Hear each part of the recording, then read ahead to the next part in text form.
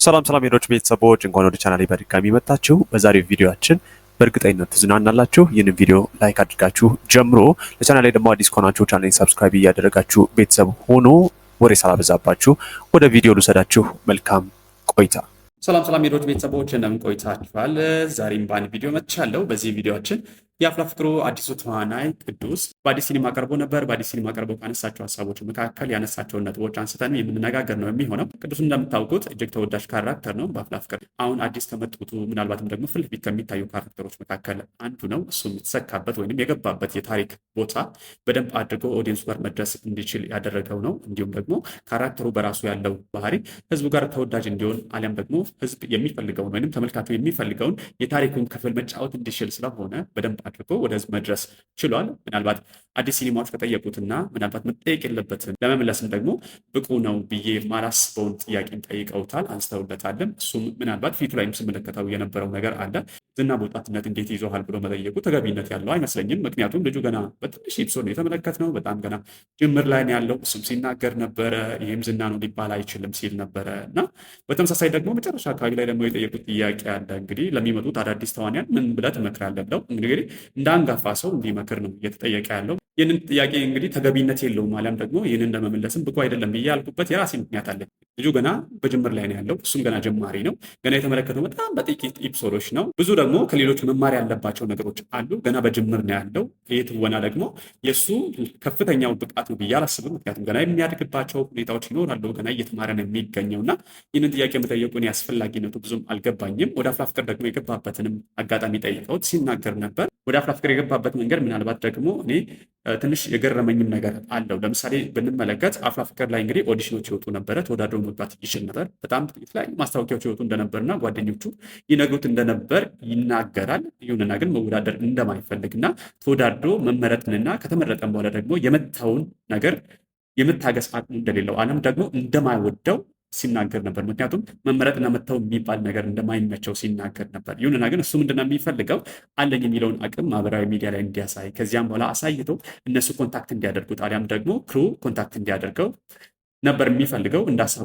ሆነለትና ሳይወዳደር ቤቱ ቁጭ ብለው ይሁንና ግን ያለውን አቅም ቲክቶክ ላይ አሳየ። ቲክቶክ ላይ ተመለከቱት፣ የሱንም ብቃት አዩለት። ከዚያም ካስተደረገ ፕሮዳክሽን ማኔጀሩን ደውለው ወደ አፍላ ፍቅር እንዲገባ ሆነ እና ልጁ በጣም ጎበዝ ሰው ነው። በጣም ውስጡ ያለውን ጥንካሬና እምነት መመልከት ችያለሁ። ምክንያቱም በራሱ ይተማመናል። አለኝ የሚለው አቅም አለ። ያንን አቅም ደግሞ የትም ቦታ ወስዶ ያንን አቅም ደግሞ የሚያሳይበትን መንገድ ራሱ እንዴት አድርጎ ራሱ መሸጥ እንደሚችል ያውቅበታል። ማህበራዊ ሚዲያን በደንብ አድርጎ ነው የተጠቀመው። ከዚህ ቀደም እንደምታውቁት ሶሲም ተጠይቃ ተመሳሳይ መልስ መልሳ ነበር። እሷም ብትሆን ወደ አፍላ ፍቅር የገባችው በቲክቶክ ምንድን ነው ቲክቶክ ላይ እንደምታውቁት መጀመሪያ ላይ ስትመጣ በለቅሶ ወይንም በምታነባ አይነት ሰውን ሆና ነው የመጣችው። ስታለቅስ ነው የምትታየው። አሁን ላይ አታለቅስም፣ ምክንያቱም ሰው ተለውጧል እና ያንን ነገር ወይም ቲክቶክ ላይ ያላትን አለኝ የምትለውን ብቃት አለኝ የምትለውን ችሎታ ነበር ቲክቶክ ላይ አሳይታ ከዚያም ደግሞ እነሱ ኮንታክት አድርገዋት ወደዚያ እንድትገባ ይሆን። በተመሳሳይ ደግሞ ቅዱስም ወደዚህ ወደ አፍላ ፍቅር ክሩ መግባት የቻለው በተመሳሳይ ነገር ነው። እሱም ቢሆን አለኝ የሚለውን አቅም አለኝ የሚለውን ችሎታ ማህበራዊ ሚዲያ ላይ ማለትም ቲክቶክ ላይ አሳየ። ከዚያ ደግሞ ፕሮዳክሽን ማኔጀሩ አሊያም ደግሞ ሙሉ ክሩ ተመለከተ። ከዚያም በኋላ ተደወለለት።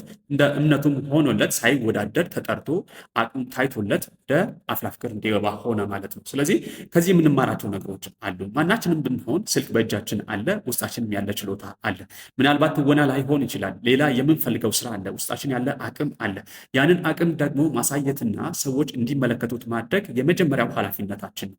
ነገሮች ይሳኩ አይሳኩ፣ እኛ ግን ማድረግ ያለብንን ነገር ከማድረግ ወደኋላ ማለት የለብንም የሚለው ነገር መማር አለብን ማለት ነው።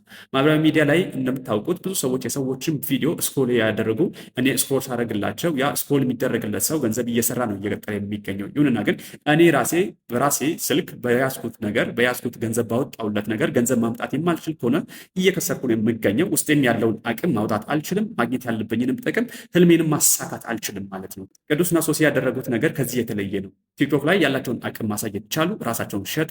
ከዚያም በኋላ ሰዎች እንዲመለከቷቸው አደረጉ። የተመለከቷቸውም ሰዎች እድል ሰጧቸው። ዛሬ እንድናውቃቸውና እንድናደንቃቸው ነገ ደግሞ ላስቀመጡት ትልቁ ህልማቸው እንግዲህ መሰረት መጣል ችለዋል ማለት ነው። ውድ ቤተሰቦች ላይክ አንርሳ፣ ኮሜንት ሴክሽን ላይ ኮሜንት እንጻፍ። መልካም ቆይታ።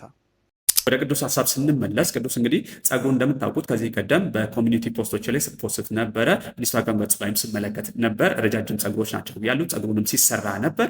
ይህንንም ጸጉሩን የተቆረጠበትን አጋጣሚ እንግዲህ ሲያነሳ ነበር። ወደ አፍላ ፍቅር ሲገባ ተማሪ ሆኖ ነው የገባው።